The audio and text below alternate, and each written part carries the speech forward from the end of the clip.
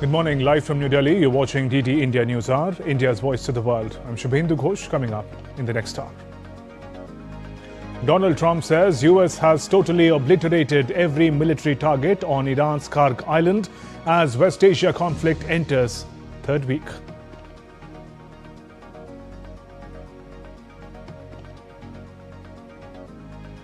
US plans to send more warships and marines to West Asia as President Trump vows Iran war to continue as long as necessary.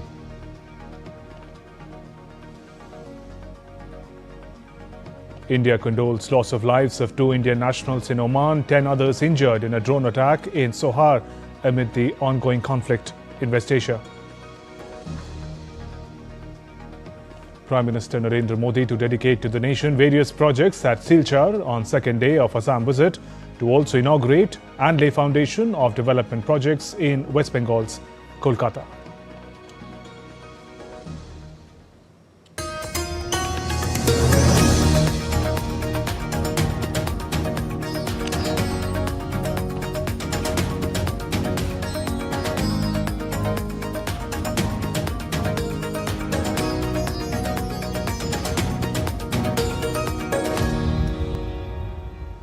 And first up, the news just coming in from West Asia. Iran's armed forces have warned to destroy US-linked oil infrastructure after President Trump said the United States had bombed Iran's oil hub of Kharg Island. The military's Al Anbiya Central Headquarters said in a statement cited by Iranian media that oil and energy infrastructure belonging to firms that cooperate with the United States would immediately be destroyed and turned into a pile of ashes, unquote, if Iran's energy facilities were attacked. The announcement reported by Iran's Fars and Tasnim news agencies was in response to statements made by the American president, who had earlier said in a social media post that American strikes had obliterated military targets on Kharg Island. That's the news that's just coming in. Iran has warned of attacks on oil companies cooperating with the United States. US on Friday attacked military targets of Kharg Island, threatening to strike oil infrastructure on the island if Iran continues to block shipping through the Strait of Hormuz.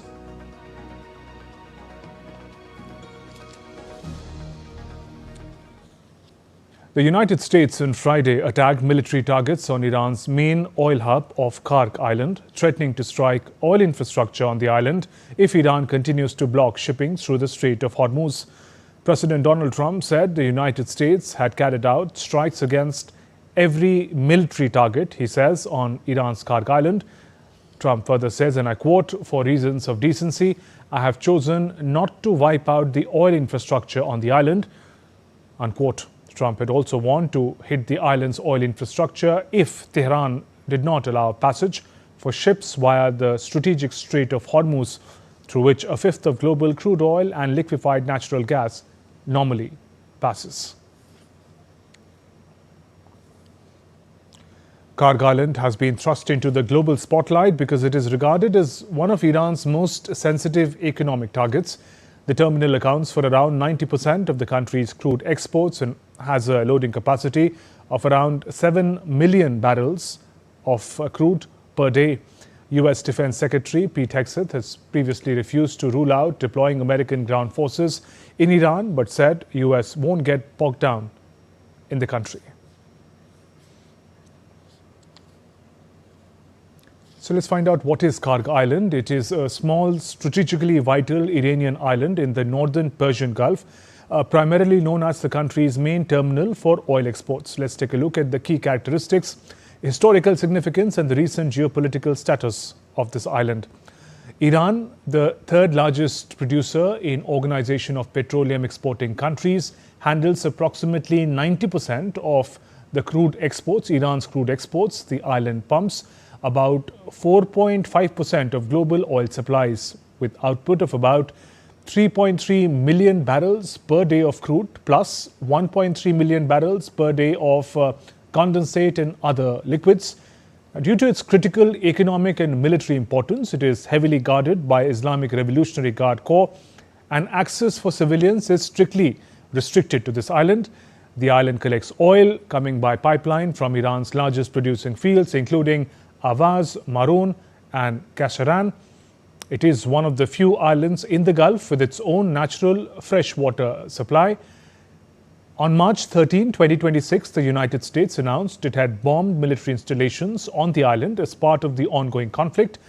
In days leading up to the US-Israeli attack, Iran ramped up exports from Kharg to near record levels, loading over 3 million barrels per day over February 15 to 20th, nearly triple its normal export pace of around 1.3 million to 1.6 million barrels per day.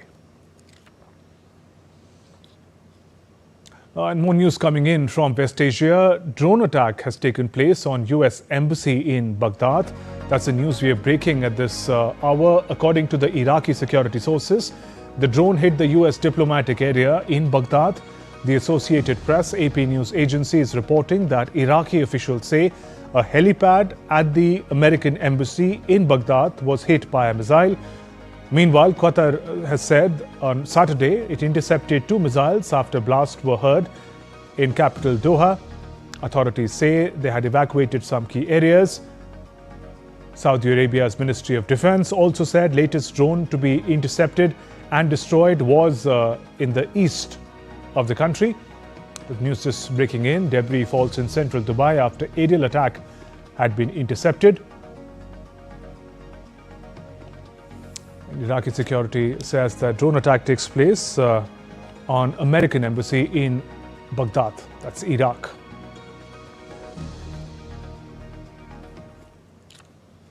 As the United States intensified bombing of Iran, Tehran launched a new wave of drone and missile attacks on Israel and its Gulf neighbors. President Trump said that US and Israeli objectives in Iran war might be a little different. Trump said in Truth Social posts that Iran had plans to take over the entire West Asia and obliterate Israel, claiming those plans are now dead.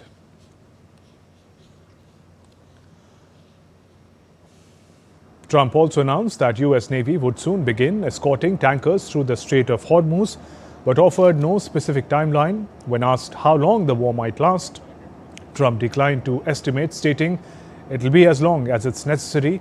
The move came as oil prices have been whipsawing on Trump's changing comments on likely duration of Iran war. Heavy blasts shook Tehran late on Friday after United States vowed to step up airstrikes, and Iranian state media said a fresh round of missiles had been launched towards Israel. Israeli rescue workers said no casualties were reported. The war between Israel and Hezbollah in Lebanon, meanwhile, continues to rage. The Lebanese health ministry said an Israeli strike on primary healthcare center in southern Lebanon had killed at least 12 medical personnel on Friday. In amidst the raging war, United States on Friday told its non-emergency U.S. government employees in Oman and their family members to leave the Gulf country as war rages in West Asia. The State Department updated its advisories to warn Americans of safety risks, noting there has been an ongoing threat of drone and missile attacks from Iran and significant disruptions to commercial flights. State media reported on Friday 2 people were killed by drone in northern Oman as Iran continues its retaliatory attacks on neighboring Gulf countries. United Nations Secretary General Antonio Guterres on Friday called on all parties to end the war in West Asia during a visit to Lebanon. While in Beirut, Guterres announced a $308 million fresh appeal to help Lebanon cope with the fallout of war that has forced more than a seventh of its population from their homes. When I was High Commissioner for Refugees, I saw the generosity of the Lebanese receiving so many Syrians, so many Palestinians. And today, it really breaks my heart to see the Lebanese people suffering so much. 800,000 displaced, 1,500 dead, in an absolutely dramatic situation. And my message is very we must stop this war. The United States is offering reward of up to $10 million for information about senior Iranian military and intelligence officials, including its new supreme leader, Ayatollah Mujtaba Khamenei. According to the State Department website, the reward targets Iran's new supreme leader and 10 officials associated with Iran's Islamic Revolutionary Guard Corps. In addition to supreme leader, the US is seeking information about Iran's security chief, Ali Larijani, intelligence minister Ismail Khatib, Interior Minister Eskandar Momeni, and 2 officials in Khamenei's office. The reward website also lists 4 other officials, including the IRGC commander and secretary of the Defense Council, but doesn't include their names or photographs.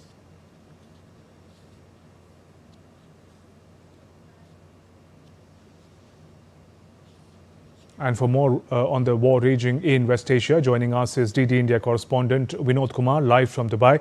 Vinod, simplify for us the strategic significance of US targeting the Kharg Island in Iran, and what do you make of the warning and response from Iran? See, Shubhen, the Kharg Island is considered as the economic lifeline, serving as more than 90% of Iran's crude oil exports. Because Iranian government relies so heavily on this oil revenue, much of it is sold through China and Russia. Disruption of this island is of epic scale for the financial stability for Iranian military operations. This island also holds strategic military importance because of its proximity towards Strait of Hormuz, and as well Iranians are using this particular island for drone deployment and missile deployment against the vessels that is transiting through the Strait of Hormuz. This is what the United States claims, and Iran's response has been immediate and multifaceted. Just like you said, the central headquarters of the Iranian military warned that any further attacks on this particular island will lead to attacks on energy infrastructure and retaliation against oil and energy infrastructure across the Gulf. Meanwhile, they have also escalated cyber and infrastructure attacks in different parts of GCC, and I think they have made a list of American firms, technology firms like Amazon or Oracle, Microsoft, to strike their data centers with drones and other projectiles. And there is also a geopolitical twist to it. Iranian officials, I think they have reported that limited tanker traffic might be allowed through the Strait of Hormuz if oil transactions are conducted in Chinese yuan instead of US dollars. And let me give out of a leaf of history of this attack in Kharg Island. This is not the first time that Kharg Island is being attacked. It was attacked earlier in the 1980s when the Iran-Iraq war was raging. During that time, Iraq used its multifaceted military strategies to contain the operations of Kharg Island. At that time, the peak oil capacity was 5 million. Now, after the US sanctions, now it is trading at only at 1.9 million barrels per day. At that time, it was 5 million, and Iraq used various strategies. But even then, this Kharg Island proved remarkably resilient because that was constructed using redundant methods, and Iranians were able to repair it immediately. But at that time also, the tactic that Iranians choose was to attack the oil tankers of Saudi Arabia, Kuwait and other Gulf countries so as to pressurize Iraq to stop attacking the Kharg Island. So this is actually history repeating itself. And what are you learning about the Israeli operations in Lebanon? There have been reports of massive displacement of civilians. Yes. Lebanon is now facing one of the major humanitarian catastrophes that has ever faced. Since the conflict has reignited in March 2, it's approaching a total humanitarian collapse. Around 14% of this entire landmass of Lebanon is currently under occupation, has been threatened to under occupation of ground forces. Israeli warplanes are dropping leaflets to this particular area, asking Lebanese people to move out of this area. And I think around 10% of the total Lebanese population itself is under threat of movement. See, in Lebanon, there are various places where emergency shelters are constituted. Earlier, when the war was raging after the Hamas attack in 2023, the southern areas like Tyre and other areas were chosen as refugee areas. But even in that areas, now people are forced to move out to upper western side of Bekaa Valley and to the northern areas of Tripoli. There is a city in Lebanon called Tripoli, same name as that of the capital of Libya. But even in that places, we can see that it's overcrowding, and people are completely out of basic and bare necessities. Now, while speaking about Lebanon, we have to distinguish between Hezbollah and the Lebanese government. People often mistake Hezbollah with Lebanon, but Hezbollah is a military arm of, maybe we can say, of a proxy arm of Iran and other powers. There is a different state of Lebanon itself. Just yesterday, the president of Lebanon, Joseph Aoun, said that we are ready to negotiate with Israel so that Israel will stop. And both Israel and Lebanese government wants the military operations of Hezbollah to stop. But in response to this, Israel has said that yes, we understand that your predicament, but at the same time, we are cognizant of the fact that you do not have enough military power nor enough resources to contain these Hezbollah activities. So Israel is having a deep skepticism, and they are moving ahead with the ground invasion of Lebanon. So the Lebanese government is now in a triple ban. They have to contain Hezbollah, they have to reach a diplomatic overture with Israel, as well as protect the civilians. A multifaceted crisis brewing in West Asia. Vinod, appreciate you joining us with those updates from Dubai. Meanwhile, the price of barrel of Brent crude, the international benchmark for oil, soared by 11% over the week to $103.14 per barrel at Friday's close, while stock markets slid with no end in sight to disruptions in crude supplies due to West Asia conflict. Brent prices have rocketed more than 42% since US-Israeli strikes on Iran plunged the oil-rich West Asia into war. With the conflict entering third week, equity markets continue to fall amid investor worries of an extended crisis that could fan inflation and hammer global economy. US stocks ended down on Friday, capping a week in which erratic crude oil prices whipsawed equities. All three major American stock indices logged daily and weekly declines. Dow Jones Industrial Average fell 0.26%, S&P 500 lost 0.61%, and the Nasdaq Composite lost 0.93%.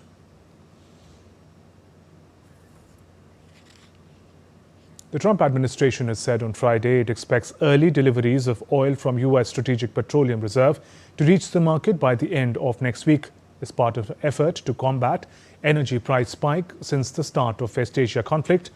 The U.S. Energy Department in a statement said oil will be released in the form of loans that companies will return with extra barrels as a premium. The Energy Department said it had requested companies to bid for 86 million barrels of crude oil, which will be the first from the release of 172 million barrels that Washington announced this week. The U.S. effort is part of a broader release of 400 million barrels of oil agreed to by the 32-nation International Energy Agency on Wednesday. And Canada will also contribute 23.6 million barrels of oil to an International Energy Agency plan to help stabilize energy markets amid tensions in West Asia. The announcement from Natural Resources Minister Tim Hodson's office late on Friday comes a couple of days after he said Canada would do its part to lower the cost of oil globally.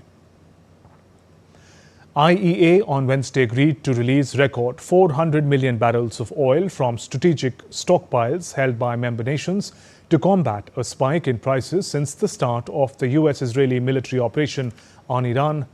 IEA has 32 members, including Canada.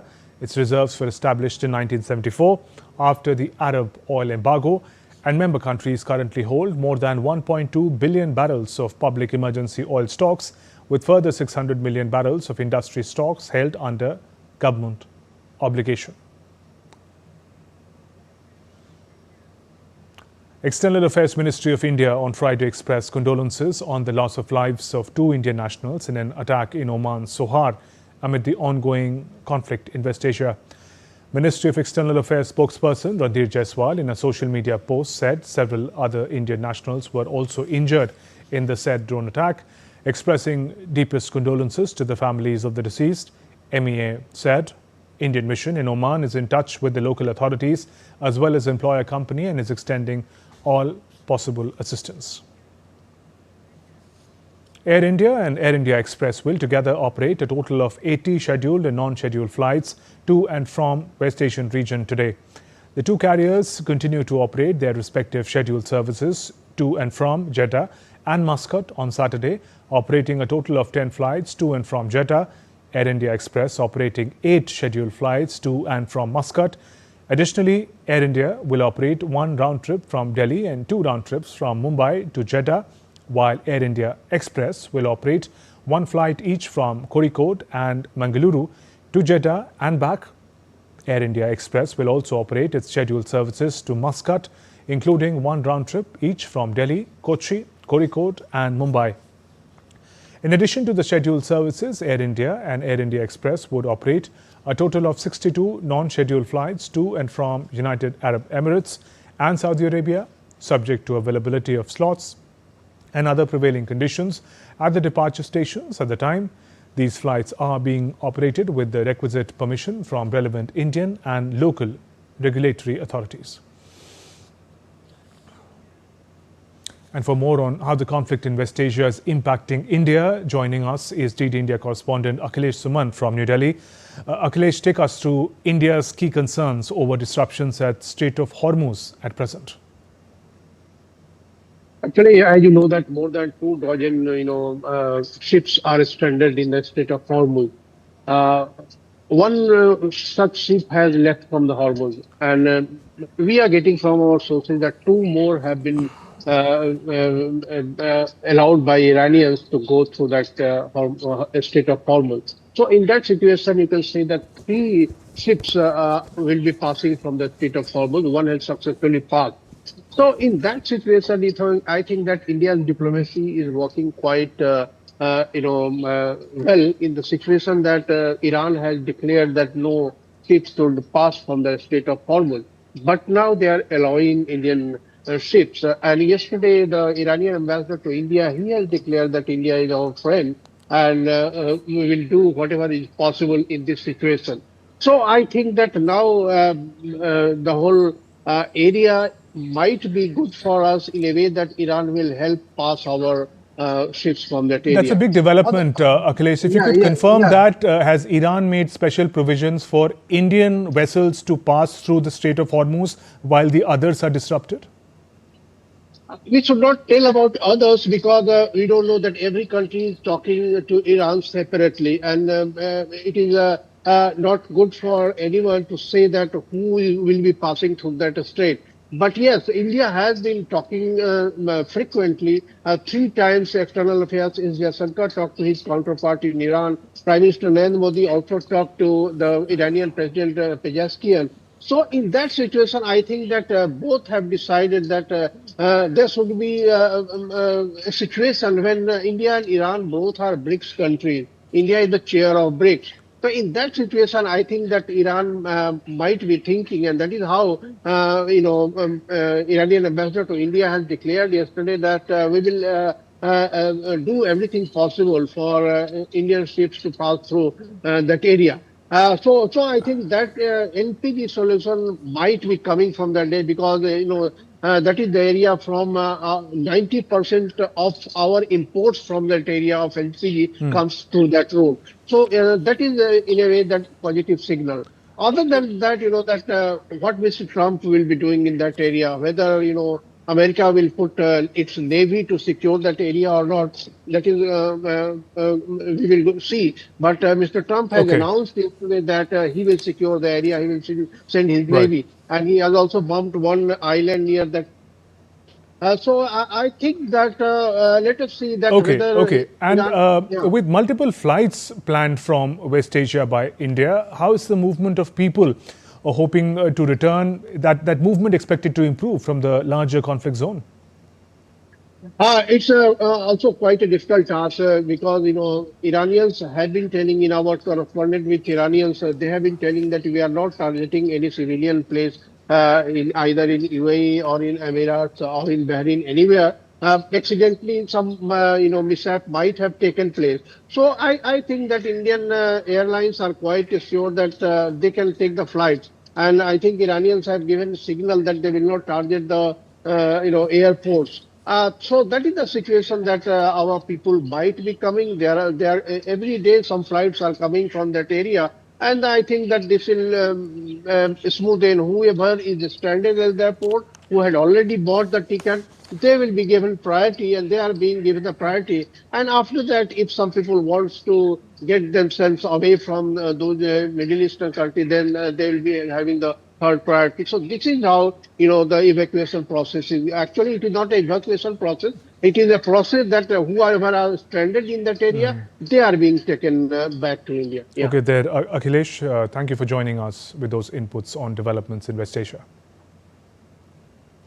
Update now on the temple synagogue attack in Michigan, United States. FBI on Thursday confirmed that the attack in suburban Detroit was a targeted attack of violence against the Jewish community.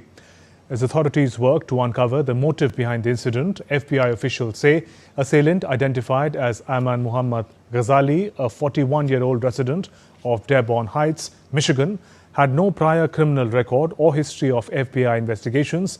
They also stated investigators are relying on evidence, and while the attack appears targeted, the motive and full context are still unknown. Violence against houses of worship, schools in our communities have no place in Michigan, and the FBI continues to work tirelessly to provide support for these families and to investigate the events that led up to this ruthless act of violence. We are aware that there's been a significant amount of public reporting about the assailant. However, because we are only 30 hours into this active investigation, it would be irresponsible for me to speculate about his motive at this time. Our team has been working around the clock to ensure that we remain focused on providing confirmed facts about this investigation rather than uncorroborated speculation. Ghazali had rammed a truck into the synagogue, injuring security officer who was briefly knocked unconscious and igniting a fire that caused smoke-related injuries to dozens of first responders. The incident took place at Temple Israel, one of the biggest synagogues in the United States. According to synagogue officials, all 140 preschool children were evacuated safely. Authorities say security personnel helped prevent additional casualties. Meanwhile, synagogues in New York City and Consulate General of Israel in New York remained quiet after the attack raised fears of retaliatory violence linked to the escalating conflict involving Iran, Israel and the United States. The subdued scenes contrasted with rising anxiety among Jewish communities across the country. The attack came amid broader concerns about violence on U.S. soil as the war in West Asia intensified tensions and unrest in the U.S. In Washington, an activist judge has taken that tool away from us by inserting himself and preventing the grand jury from even obtaining, let alone hearing evidence. He has neutered the grand jury's ability to investigate crime. As a result, Jerome Powell today is now bathed in immunity, preventing my office from investigating the Federal Reserve. A federal judge on Friday temporarily blocked U.S. President Donald Trump's administration from ending legal protections next week that have allowed nearly 1,100 Somalis to live and work in the United States. Alison Burroughs, a U.S. district judge in Boston, appointed by Barack Obama, delayed the planned March 17 termination ordered by U.S. Department of Homeland Security. She said ending the protection immediately could expose Somali migrants to serious risks, including deportation, violence and family separation. The administration argued the court was interfering with efforts to reform immigration policy. TPS allows migrants from unstable countries to live and work in the U.S. The decision came amid broader legal disputes over ending protections for other nationalities. Still to come on DD India News Hour. India, Seychelles hold joint military exercise. Heat wave conditions over Himachal Pradesh forecasted.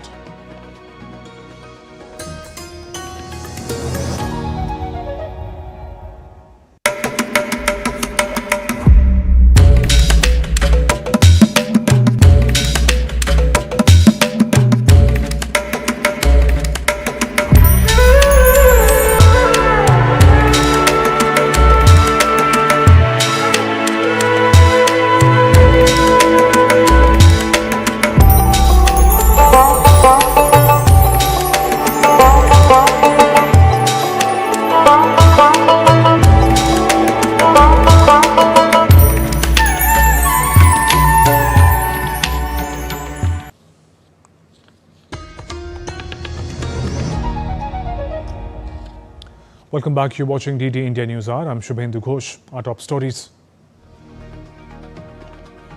Donald Trump says US has totally obliterated every military target on Iran's Kharg Island as West Asia conflict enters third week.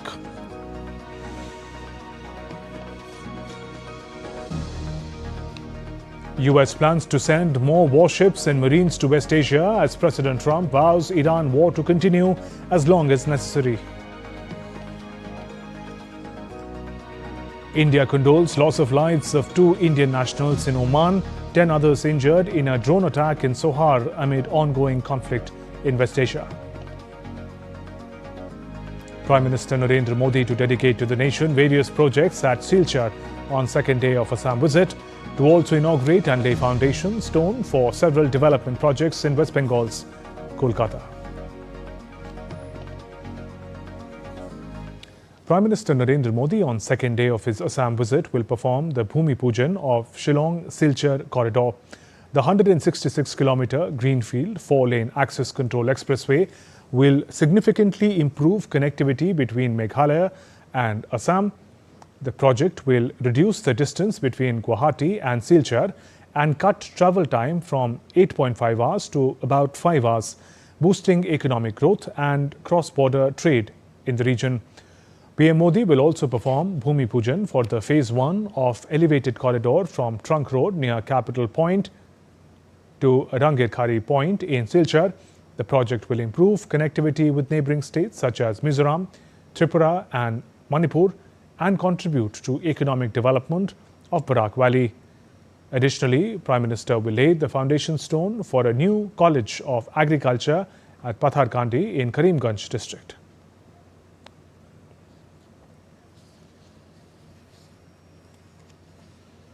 Earlier, Prime Minister began his 2-day visit to Assam on Friday, launching several major development projects for the state and wider northeastern region. He laid foundation stones and dedicated projects related to roads, railways, energy and waterways worth thousands of crores. Prime Minister also distributed land to tea garden workers and released the latest installment of PM Kisan scheme for farmers. Here's more. Prime Minister Narendra Modi is on a 2-day visit to Assam. On Friday, Prime Minister launched and laid the foundation stone for several major development projects aimed at boosting infrastructure, connectivity and economic growth in the region.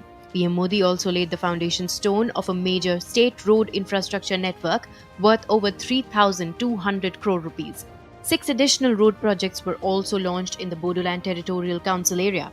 PM Modi also laid the foundation stone for a periodic overhauling workshop at Bashbari in Kokrajhar district, which will strengthen railway maintenance infrastructure in the region. Further boosting connectivity, Prime Minister flagged off 3 new multi-state train services connecting the northeastern state of Assam with several parts of India. आज बोडोलैंड शांति और विकास की राह पर चल पड़ा है।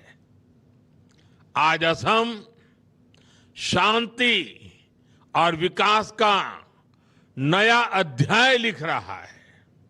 आज यहां बीटीआर क्षेत्र की 6 महत्वपूर्ण सड़क परियोजनाओं का भूमि पूजन हुआ है। साथ ही इस क्षेत्र की रेल कनेक्टिविटी को मजबूत करने के लिए बड़े कदम उठाए गए हैं।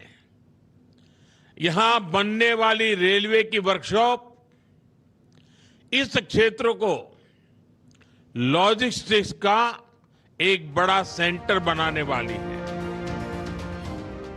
Later in Guwahati, Prime Minister distributed land ownership documents to tea garden workers, marking a significant step towards providing homestead land rights to the tea garden community.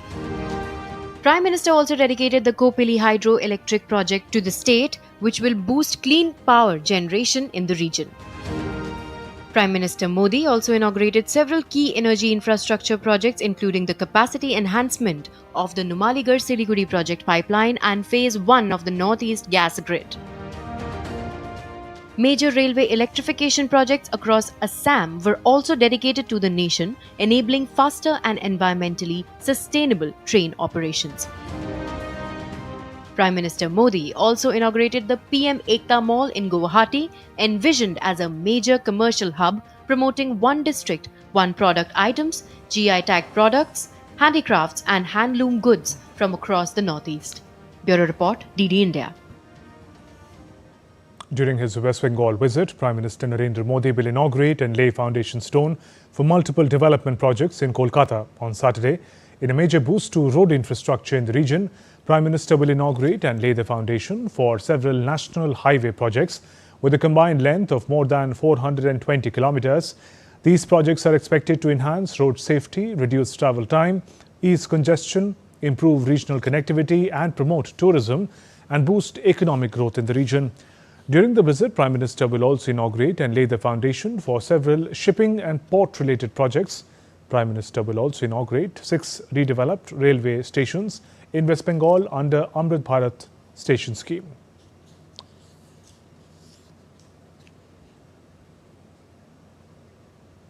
In other news, a tri-service contingent of Indian Armed Forces is taking part in a joint military exercise with troops of Seychelles. Exercise L'Amitié is being conducted at Seychelles Defence Academy in Mahe. Exercise L'Amitié is a biennial training event and has been conducted in Seychelles since 2001. The aim of the drill is to build and promote bilateral military relations in addition to exchanging skills, experiences and good practices between both the militaries. The 12-day exercise includes field training, exercise, combat discussions, case studies, lectures and demonstrations. Devotion and tradition took centre stage on Friday across the southern Indian state of Tamil Nadu. Among the Tamil diaspora worldwide, as women observed the Karadhya Nombu, also known as Savitri Vratham. The festival honours the devotion of Savitri, who is said to have reclaimed her husband Satyavan's life from god of death. The occasion is marked with rituals and prayers, reflecting deep spiritual renewal in Tamil culture.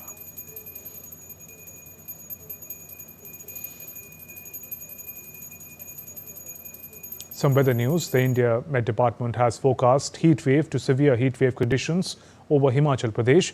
Heat wave conditions will also prevail over Jharkhand and Odisha for the day.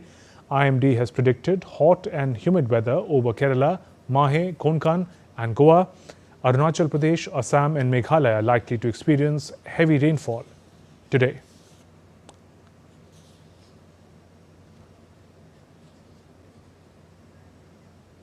Let's now take a look at other stories making news today.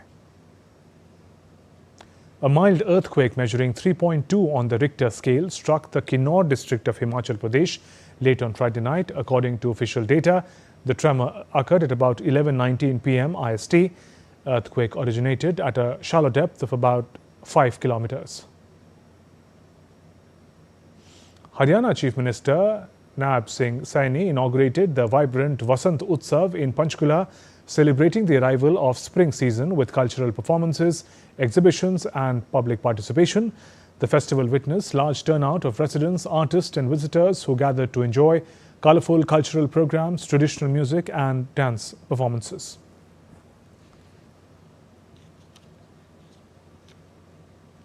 A mega job fair was organised by District Administration Kathua in Jammu and Kashmir, drawing enthusiastic participation from job seekers across the region. The event aimed to provide employment opportunities to unemployed youth and connect them with leading companies from various sectors. Several reputed firms and recruiters participated in this job fair. A 3-day Indian Film Festival has begun in Sri Lanka's Colombo as part of India Week 2026, celebrating cultural ties between the two nations. The festival opened on Friday with premiere of Bollywood movie Diplomat. The event was attended by members of Indian community, Sri Lankan officials and film enthusiasts. The schedule for the next 2 days includes screening of Bollywood hit Dhurandhar on Saturday and Tamil hit film Parashakti on Sunday.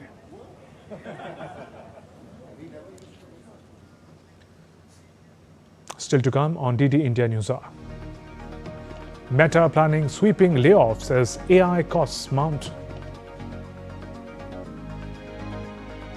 Athletes at World Para-Athletics Grand Prix captivate everyone with their courage and passion.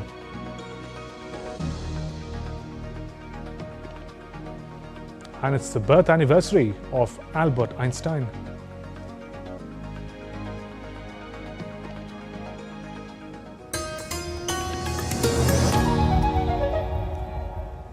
Can the US launch a bombing campaign against Iran? The Philippines vessel suffered structural damage. The saga of child sexual abuse is the United States China's debt trap strategy. Truth is stranger than fiction.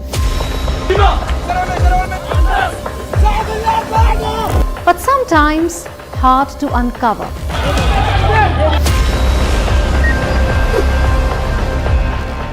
Trust us to tell the truth, unadulterated and pure, of every story that matters to you.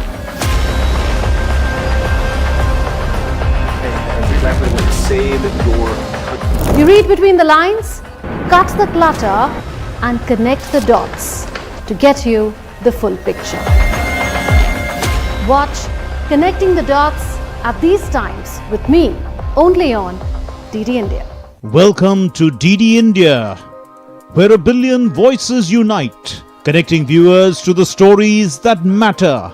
India is not just another news channel. It's the international channel that puts the spotlight on the global south, bringing you stories from the heart of emerging economies, dynamic cultures, and transformative voices.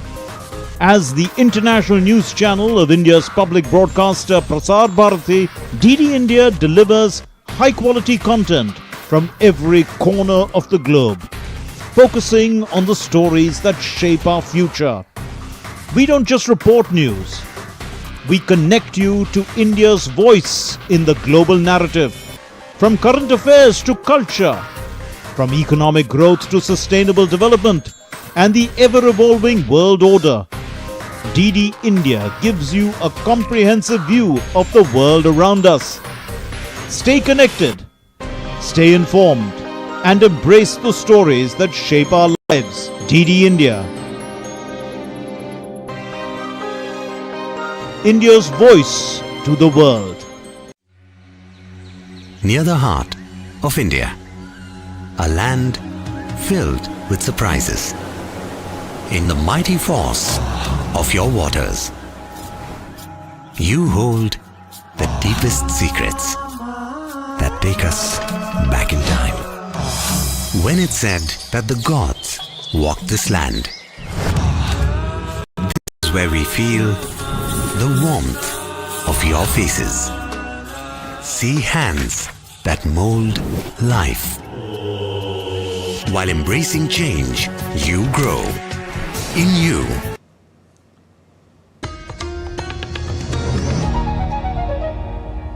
You're watching DD India News Hour. I'm Shubhendu Ghosh. Some news from the world of business. Meta is planning sweeping layoffs that could affect 20% or more of the company as Meta seeks to offset costly artificial intelligence AI infrastructure and prepare for greater efficiency brought about by AI-assisted workers. No date has been set for the cuts and the magnitude has not been finalized.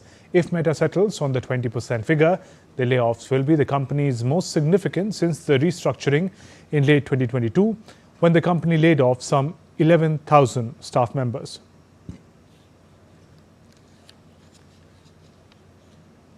Let's now turn to all the action from the world of sports. Indian men's pair of Satvik Sairaj Ranika Reddy and Chirag Shetty pulled out the Swiss Open ahead of their quarter-final clash because of Ranika Reddy's shoulder problem. Ranika Reddy and Shetty were scheduled to clash with Denmark's Christian Faust and Rasmus Kjær in the last 8th stage of the tournament in Basel. 25-year-old Ranika Reddy, also known for one of the fastest smashes in the world of badminton, has often struggled with his right shoulder. In 2023, he set a Guinness World Record for the fastest smash in badminton, clocking 565 kilometers per hour. The Indian pair will next compete at the Badminton Asia Championship, scheduled from 7th to 12th April. In women's hockey, India stormed into the final of FIH Hockey World Cup qualifiers 2026, beating Italy in Hyderabad.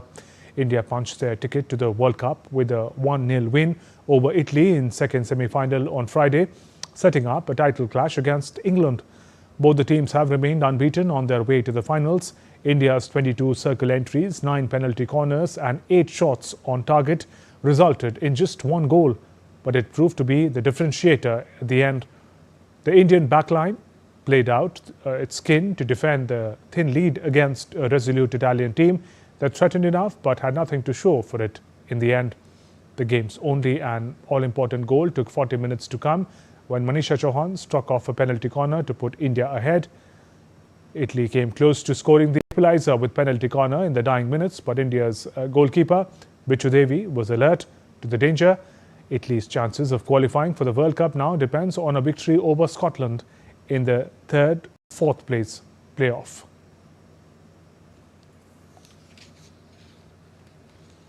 The athletes at the World Para-Athletics Grand Prix captivated everyone with their courage and passion. The journeys reveal how parasports have given a purpose to their life. Their physical challenges could not impede their ambition for glory. The special report by DD India's Sushil Kumar. Dreams in their eyes, a desire to achieve something, the para-athletes enthralled everyone with their courage, conviction and determination at the World Para-Athletics Grand Prix in New Delhi. The stories of Rakesh Kumar, winner of the gold medal in discus throw, and Pradeep Kumar, winner of the silver medal, are inspiring. Pradeep Kumar lost a leg during a military operation, while Rakesh Kumar was disabled during an operation. मैं पहले normal duty कर रहा था army का, उसके बाद ये injury हुआ, उसके बाद पुणे गया मैं, तो उधर जो आर्मी पैरालंपिक नोड है उधर से ट्रायल वगैरह किया, तो उधर से मैं गेम स्टार्ट किया था। नेक्स्ट एशियन गेम है उसका प्रिपरेशन कर रहे हैं। तो जर्नी काफ़ी डिफ़िकल्ट थी, लेकिन अब थोड़ा धीरे धीरे अब कोच साहब ने प्रैक्टिस कराई, अब 2-3 साल से कर रहे हैं प्रैक्टिस। जैसे कॉमनवेल्थ गेम है, एशियन गेम है, उन्हीं के लिए प्रिपरेशन चल रही है अभी से ही। The journey from a soldier to an athlete was not easy, but through discipline, dedication and hard work, these athletes succeeded in making their marks. जिन्होंने आर्मी ज्वाइन की, डिफेंस फोर्सेस ज्वाइन की देश की सेवा करने के लिए, और अपनी ड्यूटी करते हुए उनके साथ कोई इंसिडेंट हो गया, उसके बाद उनको इंजरी हुई, उस इंजरी से उभर के वो आए हैं और उन्होंने पैरा स्पोर्ट्स को अपनाया है। एक तरह की सेकेंड इनिंग्स हम कह सकते हैं इन हमारे बहादुर जवानों को मिलती है कि वो देश के लिए, देश की सेवा एक बारी फिर से in the field of sports they can do something for the nation again. Along with the armed forces, many social organizations have been working for the betterment of para-athletes at the grassroots.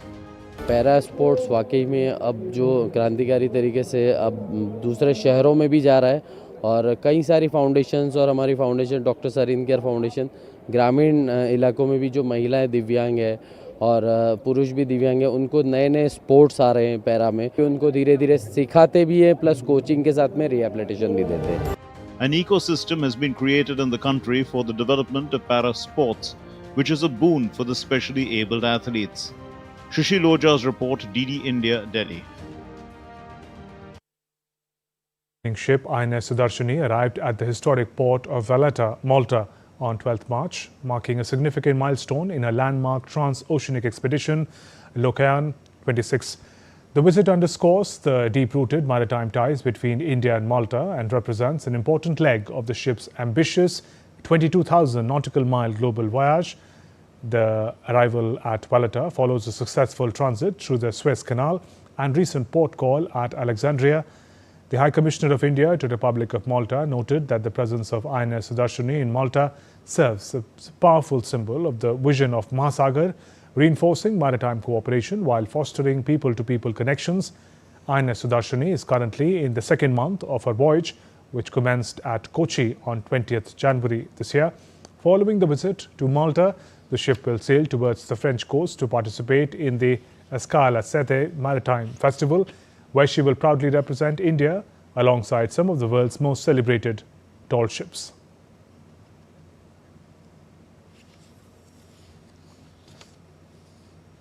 Today, the world celebrates the birth anniversary of Albert Einstein, the visionary scientist whose insights transformed our understanding of the world. From reshaping the laws of physics to inspiring generations of thinkers, his legacy remains as powerful today as it was a century ago. A report.